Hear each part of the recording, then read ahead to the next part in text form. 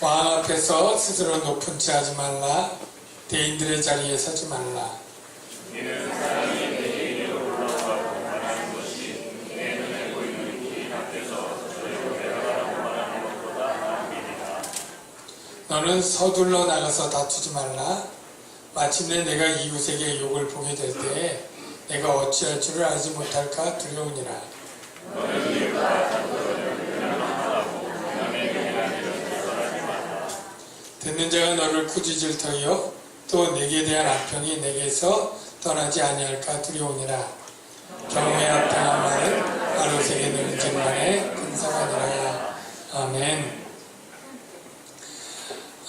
우리 좌우에 이 늦은 시간에 있는 것이 대단하거든요. 참 옆에 분에게 칭찬하죠. 참 훌륭하십니다.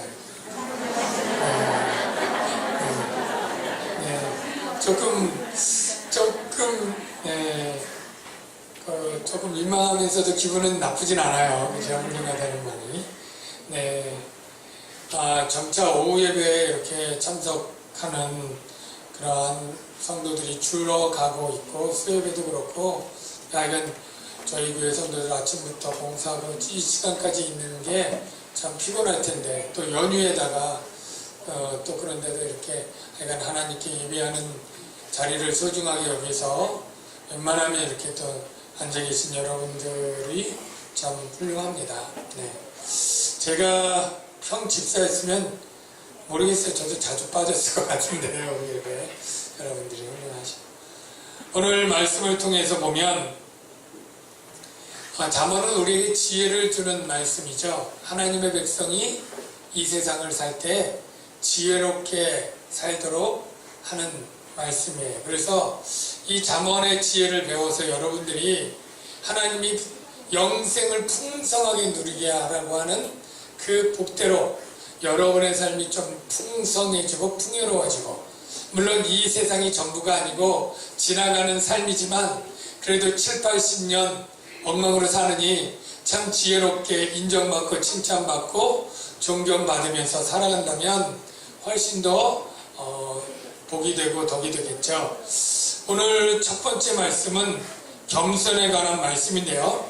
6절, 7절을 보니까 왕 앞에서 스스로 높은 취하지 말며 대인들의 자리에 서지 말라. 이는 사람이 내게 이리로 올라오라고 말하는 것이 내 눈에 보이는 귀인 앞에서 저리로 내려가라고 말하는 것보다 나음이니라. 예. 우리 그리스도인들은 겸손하게 사는 것이 지혜인 것을 알아야 됩니다. 바로 하나님의 형상인 예수님이 이 세상에 오셔서 보여진 모습은 교만하지 않고 겸손하셨습니다. 주님이 직접 친히 말했죠. 나는 마음이 온유하고 겸손하다. 예. 그리고 빌립보서 사도 바울이 하나님의 영광 보좌에서 가장 낮고 낮은 자리로 내려오신 예수님, 십자가에 죽기까지 순종하신 예수님의 그러한 성품의 특징은 바로 겸손이다 라는 거예요. 그런데 우리들은 가만히 있으면 교만 쪽으로 가기 쉬울까요? 겸손 쪽으로 가기 쉬울까요? 예. 한 너댓 분은 그렇게 인정을 해주셨는데, 다른 분들은 어떻습니까? 역시 그런가요? 그렇게 생각하나요? 아담이 지은 죄의 그 가장 큰 특징은 바로 교만한 마음부터 시작됐다는 거 여러분 아시죠? 예. 너희가 하나님과 같이 되어. 그래서 내 스스로 결정하고 내 스스로 나를 높게 생각하는 거죠. 예. 그래서 하나님과 같이 되겠다고 하는 그 말에 선악을 알게 하는 나무의 실과를 먹고, 그리고 하나님을 떠나 이제 자기 주장, 내 뜻대로 살아가는, 그게 바로 하나님이죠. 바로 하나님처럼 살아가는 교만한 삶이 시작이 된 것이죠. 여러분, 우리는 예수를 믿으면 성령께서 오셔서 예수님의 성품을 가르쳐 주면서 겸손을 자꾸 가르쳐 주시는데, 우리 안에서 자꾸 교만한 마음이 그 겸손을 뚫고 용수철처럼 솟아오르는 것 같아요.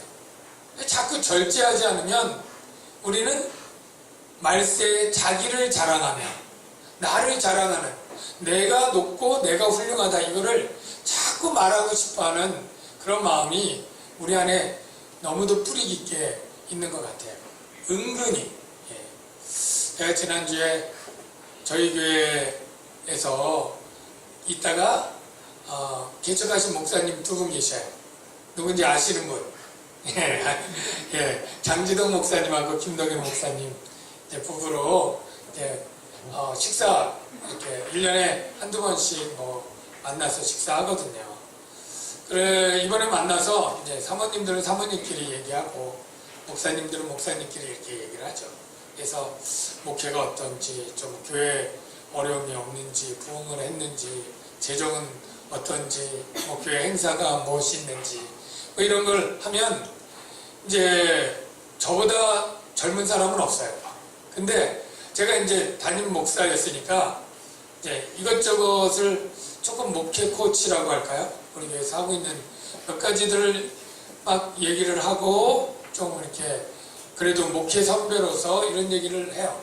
근데 돌아오고 나서 이렇게 보면 이게 그분들은 이제 개척해서 30명, 40명인데 어떻게 보면 그분들이 할 수 없는 것들을 내가 우리 교회에서 하는 것을 그대로 얘기하니까 실제 그분들은 하고 싶어도 못하는 것일 수 있고 구제나 어떤 교육이나 이게 또 은근히 이게 또 내 자랑, 우리 교회 자랑한 것 같은 느낌이 또 드는 거예요. 그래서 그렇다고 또 전화해가지고 내가 자랑해서 미안하다고 말하긴 또 그렇고 그냥 속으로 하나님께 회개 기도를 했어요. 그러니까 그런 뜻이 아니었고 동기도 아니었는데 때때로 보면 우리가 조금 뭘 하는 것을 은연중 자랑하고 싶고 참 이렇게 하는 마음들이 우리 안에 있는 것 같아요. 잘한 거에 자랑할 수 있지 않느냐.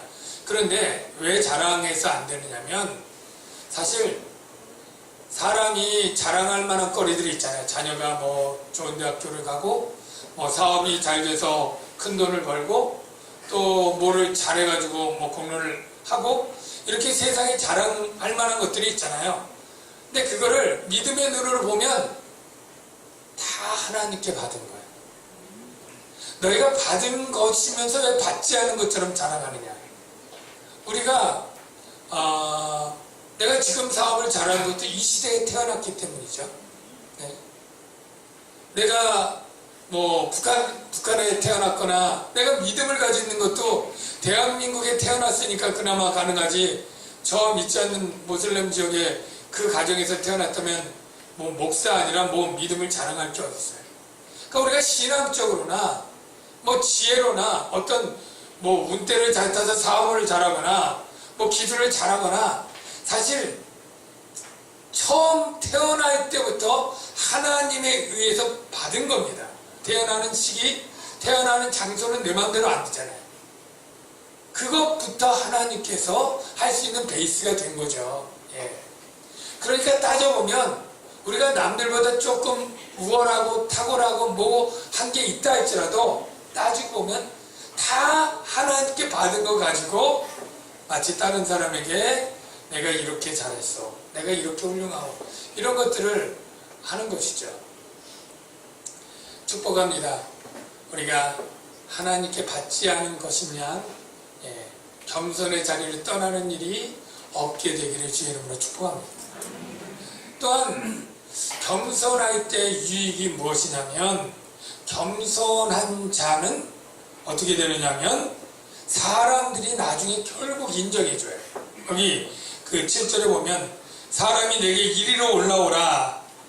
내가 올라가면 오히려 밀려날 수 있는데 내가 낮은 자리를 가면 사람들이 올라오라고 한다는 거예요. 예수님도 혼인잔치 비유에서 똑같은 얘기를 했죠. 높은 자리에 앉지 말고 끝자리로 가라. 차라리 끝자리에 앉으면 영광이 있고 자기를 높이는 자는 낮아지고 낮아지는 자는 높아지리라. 그래서 여러분이 이 세상 살아갈 때 처세술이라고 표현할 수는 없어요. 지혜인데 여러분이 조금 더 겸손하게 하면 훨씬 더 존경받고 주위에 사람이 많이 따릅니다. 겸손한 사람을 대적하는 사람은 없어요. 겸손한 사람. 어떤 모임에 가서 나는 모릅니다. 나는 부족합니다. 알아서 하십시오. 이렇게 하는 사람을 일부러 해꾸지하고 뭐 이렇게 막 하는 사람은 없습니다. 오히려 친구들이 많이 생기죠. 여러분들이 또 겸손할 때 하나님께 받은 것이지만 또 이렇게 생각하면 될 것 같아요. 우리가 은사가 다른 것이고 다 다르게 잘하는 것이 있다 라는 것이죠. 우리가 세상의 가치관들은 몇 가지의 것들을 가지고 직선적인 서열들을 많이 매기는 것 같아요. 우리 학창시절에, 요즘에는 옛날보다 많이 다양하게 평가 방법들이 있지만 저 어렸을 때 경험들은 주로 성적순으로 일렬로 줄을 많이 세우죠.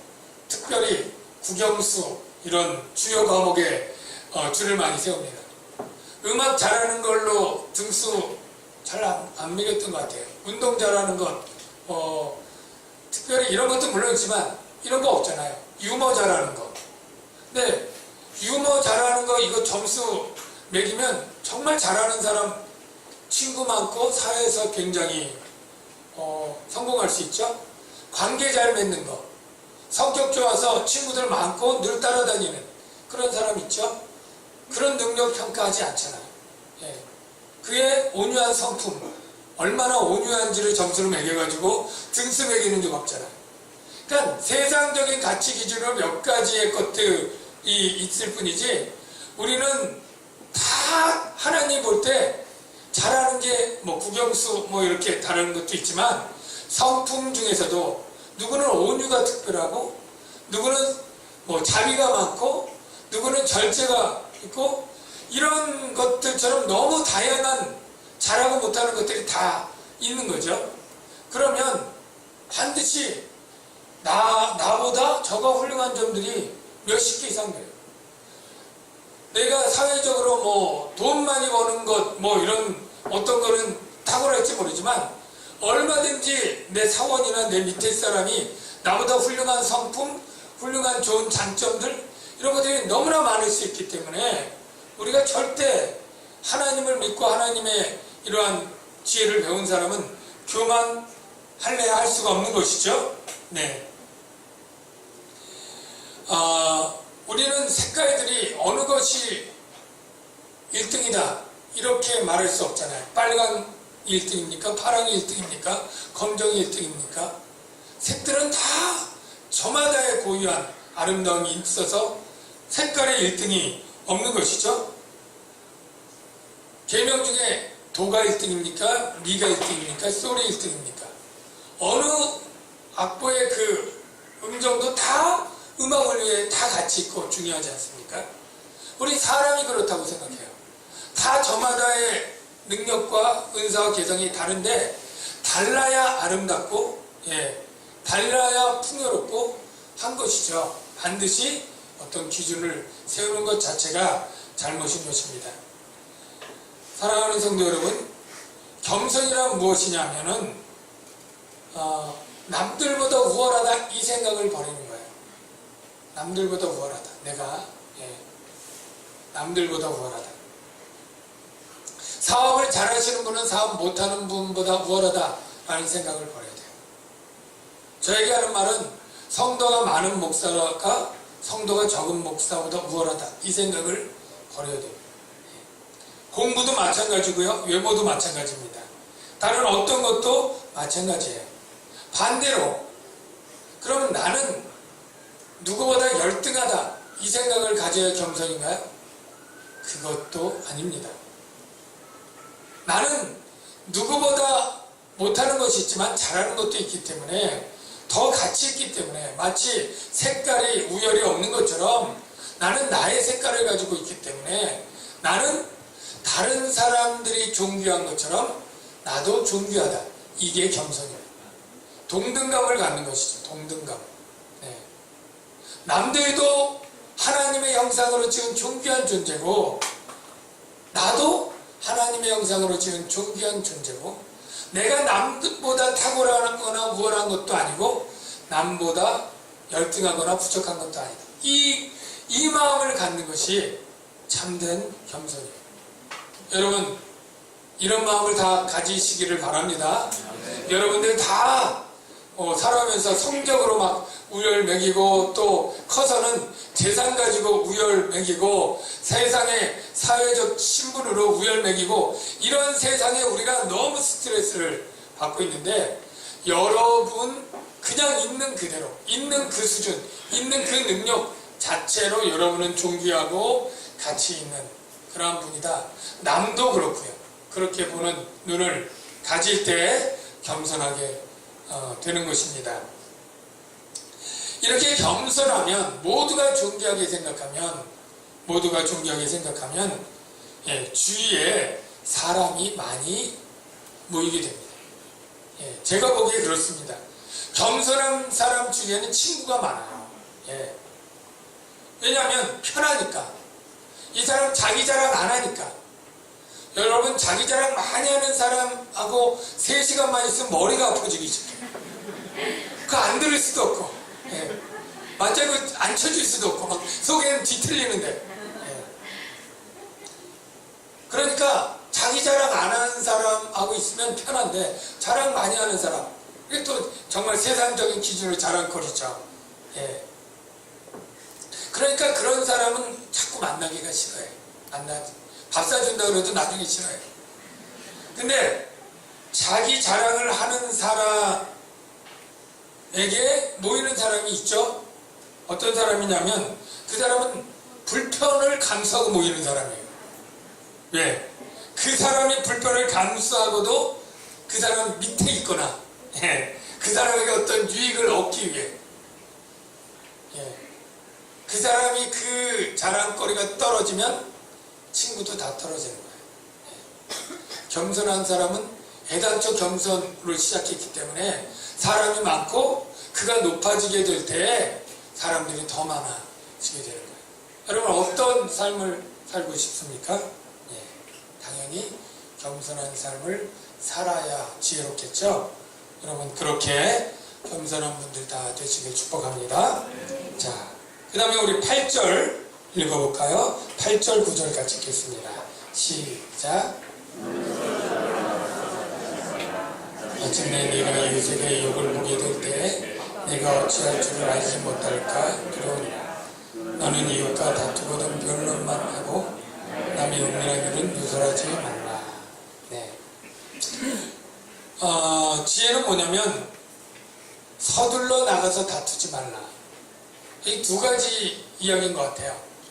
다투지 말라, 서둘러 나가지 말라. 어느 게 강조점이 있느냐면 물론 다투는 것이 지혜는 아니지만 다퉈야 될 상황도 있는 거예요. 우리가 신학적 도전을 해온다. 신천지가 오라! 그러고 막 오는데 또 어떤 때는 변증을 하고 다퉈야 될 수도 있잖아요. 다른 사람의 믿음을 위해서라도 불의하게 내 재산을 공격하고 해치기 위해서 빼앗기 위해서 고소를 해왔다. 난 잘못도 없는데 뭐 이럴 때 다투어야 되겠죠. 뒤에서 자기가 차를 바꿔도 나에게 물어달라고 그런다. 뭐 이럴 때는 할 수 없이 그런 보험 일도 다투어야 될 때가 있겠죠. 그래서 우리가 뭐 다툼이 선은 아니지만 불가피하게 예수 그리스도를 또 믿는 그리스도인들도 사단의 공격이나 나를 해치고자 하는 그러한 공격에 있어서 때로는 다툴 일이 불가피할 때가 있겠죠. 그럴 때 서두르지 말라는 거예요. 서둘러. 이 다툼은 주로 그냥 우리 어렸을 때의 싸움이 아니라 법정 소송을 의미하는 것인데요. 고소하거나 증인된 것입니다. 이때 뭐 여러분들이 고소 고발 이것의 주인공으로 하신 분은 없진 않아 있겠지만 대부분은 그런 일 없었을 거예요. 사실 저도 그런 경험을 안 해봤는데요. 그거 굉장히 피곤하고 힘든 일입니다. 예. 우리 여기서 법 쪽에 이렇게 일하시는 분들은 너무나 잘 알 텐데요. 그냥 고소를 시작했다가 또는 고소에 응답했다가 전후 사정을 파악하지 못하고 굉장히 어려움을 당하는 일이 참 많습니다. 혈기로. 그래서 제가 생각하기는 꼭 그러는 게 아니라 고소나 법정 싸움이 될 때 자신의 주관적인 감정이나 편견에 절대 휩싸이지 않는 게 지혜예요. 서두르지 말라는 게. 이거 되겠어. 이게 왜 안 되겠어. 그러고 했다가 법적으로는 안 되는 일이 너무 많거든요. 상식적으로는 되는데 증거가 없거나 자료가 없거나 이러면 아무리 억울해도 못 이기는 거잖아요. 예. 그러니까 주관적인 편견, 비전문가의 어떤 식견 이걸로 하지 말고 객관적인 시각으로 판단하고 전문가의 도움을 받는 것, 제가 생각하는 서두르지 않는 한 방편 중에 하나라고 생각이 됩니다. 그래서 무슨 법적인 문제 그렇게 생기면 제게 상담하러 와봤자 아무 소용이 없고 전 기도해드릴 거니까요. 그 전문적인 상담은 법적인 전문가에서, 땅을 사야 될 때는 제게 오지 마시고 부동산 전문가에게. 그래서 꼭 목사님은 다 아는 줄 알고 이렇게 상담 오시는 분들이 있어요. 그래서 가정 문제, 법 문제 이렇게 다 아는데 저는 영적인 문제, 성경적인 문제는 가르쳐드리고 기도하지만 그 많은 것들은 격려, 응원, 후원할 뿐이고 정말로 지혜로운 것은 그것의 전문가의 지혜를 잘 받아서 준비해서 하시라 하는 말씀을 드립니다. 우리가 서두르면 감정에 휩싸이게 됐다는 증거인데요. 냉철하고 객관적으로 볼 능력을 잃습니다. 우리가 얼마나 객관적이지 못하고 주관적인 매여있는 사람인가 보면 꼭 이런 얘기하죠. 자녀들 학교 다니는 애들 3명이 같이 패싸움을 하든 어떤 다른 죄를 하면 꼭 그 부모님이 이렇게 얘기해요. 내 애는 원래 착한데 이 친구들이 다 잘못해가지고 친구들 탓이라고 얘기를 하죠. 사실은 그 아들이 주동인데도 자기 아들이 예뻐 보이고 자기 아들만 착해 보여요. 이 감정에 휩싸이면 객관적 판단을 하지 못합니다. 그러니까 우리가 어떤 송사를 당할 때 흥분하지 말고 정확한 판단과 증거, 증인 확보될 수 있도록 우리가 전문가를 통해서 성급하지 않게 나가야 지혜롭게 처리하고 욕을 보지 않는다라고 말하는 것이죠. 목사님들 가운데도 전 잘 모르는데 김 무슨 목사님 계신데 고소건만 수백 건이에요. 그분이 고소 당한 거하고 고소한 거하고 어마어마 많아요. 그러니까 그 사람은 그분 곁에 뭘 말을 못해. 말하면 명예훼손 이걸로 고소한 목사가 한 수백 명이에요. 수백 명. 그 평생 완전 정치인 목사라고 하죠. 그리고 또 나중에 보면 또 취하고 겁줬다 취하고 우리 그리스도인들은 가능한 한 고소하기 전에 용서하고 화해하고 불가피하게 고소를 당해오면 지혜롭게 또 감정적으로 말고 지혜롭게 처리할 수 있게 되기를 주의 이름으로 축복합니다. 그 다음에 9절에 보니까 변론만 하고 남의 은밀한 일은 누설하지 말라. 그러니까 어떤 성사 사건이 오면 그 사건에 대해서만 변론을 하면 되는데 이 변론 가지고 약이 올랐다고 그럴까요? 감정적으로 안 되니까 그의 은밀한 비밀을 누설하면서 공격하는 이러한 경우가 많아요. 아주 치사한 일이죠. 우리가 흔히 싸울 때 막 싸우다가 논쟁에서 지면 너 몇 살이야? 왜 나이를 물어요? 나이가 많으면 무조건 옳은가요? 예. 이 조그만한 게 왜 등치를 따져요? 생긴 게 어디 천딱 같은 게 왜 생긴 거 가지고 눈점을 흐리죠? 예. 뭐 뚱돼지 같은 이게 다 인신공격이면서 이게 사안과는 다르게 그의 인신적인 어떤 걸 가지고 허물이죠. 비밀 같은 걸 드러내서 사안을 흐리는 이러한 것 변론만 하고 은밀한 일은 누설하지 말라. 예. 시비와 상관없는 것이죠. 예. 은밀한 일 누설하지 말라. 예. 과거의 잘못을 들추는 것이죠. 예. 그래서 막 싸우다가 안 되면 이렇게 성질이 드세니까 뭐 남편이 바람나지 않았겠어? 예. 애가 맨날 사고 치는 거야. 이러니까 뭐 이러면서 지금 뭐 예를 들어서 배춧값 가지고 흥정하다가 싸우면 왜 남편 얘기하고 자녀 얘기하고 뭐 얘기하고 네. 전혀 무관한 과거의 허물을 들추어 인신공격하는 것 이거 치졸하고 불량한 거예요. 이런 걸 들으면요 당장은 감정적으로 그를 공격해서 이긴 것 같지만 듣는 사람들은 뭐라 그래요? 10절 듣는 자가 너를 꾸짖을 것이요 또한 내게 대한 악평이 내게서 떠나지 아니할까 두렵다. 악평이 있고 듣는 자의 욕을 먹는다는 거예요. 그래서 그리스도인들은 싸울 때에도 정도를 지켜라. 예. 변론한 사건만 얘기해라. 부부싸움 할 때 과거 얘기 꺼내지 말아요. 지금 얘기면 지금 얘기해야지 왜 20년 전에 10년 전에 뭐 어떤 일들 가지고 다시 이 논점을 흐리해서 이기려고 하나요? 예. 우리 가족 얘기 아닙니다. 웃으면서 하니까 더 그런 줄 아는데. 웃지 말아야지. 마지막 11절 읽겠습니다. 11절. 시작.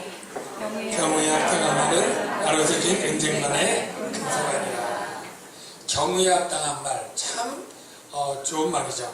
아로새긴 은쟁반. 지금은 아로새긴 은쟁반이 뭐 같이 있는가 모르겠지만 그 시대에 은쟁반도 귀했고 거기에다가 여러 가지 문양을 놓은 것은 정말로 귀한 쟁반이죠. 거기에 금사과라는 것은 실제 우리 없죠. 이거는 금빛 나는 살구를 지칭하는 그러한 고급 과일이라고 봅니다. 네. 그러니까 이 은쟁반에 아주 금빛 나는 살구를 보는 것은 굉장히 귀하고 모두가 그것을 가지고 싶어하고 볼 때 아주 좋게 웃음이 피도록 좋은 것이 되는 것이죠. 여러분 우리가 어떤 논쟁이 있을 때 아주 합리적이고 타당한 말을 딱 변론한다면 참 그 모든 논쟁을 잠재울 수 있는 그러한 말을 한다면 경우에 합당한 말이고 이 말이 참 지혜로운 것이죠. 예. 여러분이 누군가를 슬픔을 당할 때 참 물론 가서 손만 잡아줘도 큰 위로가 되지만 거기에 적절한 위로의 말을 할 수 있다면 예. 얼마나 좋겠습니까? 그런데 정말 그냥 손만 잡아주면 될 걸 그냥 슬픈 일을 당한 사람에게 왜 그랬어? 이렇게 왜 슬픈 일을 당하도록 그랬어? 아픈 사람에게 왜 그렇게 몸 관리를 못했어? 예? 이렇게 말해서 위로하러 왔는지 상처 주러 왔는지 예. 아픈 사람에게는 또 그 아픔을 치료해 주는 말, 슬픈 일을 당한 사람에게 위로해 주는 말, 기쁜 일을 맞은 사람에게 칭찬과 축복의 말. 이 기쁜 일을 맞을 때는 말 조심할 거 없다 생각되기도 하는데 아닙니다. 이 기쁜 일 당한 사람에게도 찬물 끼얹는 말들 많이 하죠. 예. 그래서 질투심과 비아냥으로 이제 꼬는 말, 그런 말들도 있죠. 신방 이렇게 가면 또 경우에 합당한 말 중에서 신방 가면 신방 받는 사람이 주인공이잖아요. 그러니까 그분의 어떤 삶을 얘기하고 그분의 어떤 지냈던 경험들을 얘기하고 그걸 질문해야 되는데 가끔 가다가 신방간 대원이 그 말 받아서 자기 간증을 해요. 그래서 급해가지고 다시 질문하면 좀 이따 또 다른 얘기 간증하고 그래가지고 제가 조금 이렇게 당황스러운 적이 있어요. 예, 거기서는 간증을 해도 신방 받는 사람이 하도록 해야 되는 거죠. 그래서 우리 그리스도인 말을 잘하는 것 중에 하나는 경우의 때와 장소에 맞는 말을 잘하는 것. 이게 또 지혜인데 이런 지혜를 갖고 살면 많은 사람이 여러분들을 칭찬하고 좋아하고 따르게 될 거예요. 그런 분들 다 되시기를 주의 이름으로 축원합니다. 기도하겠습니다.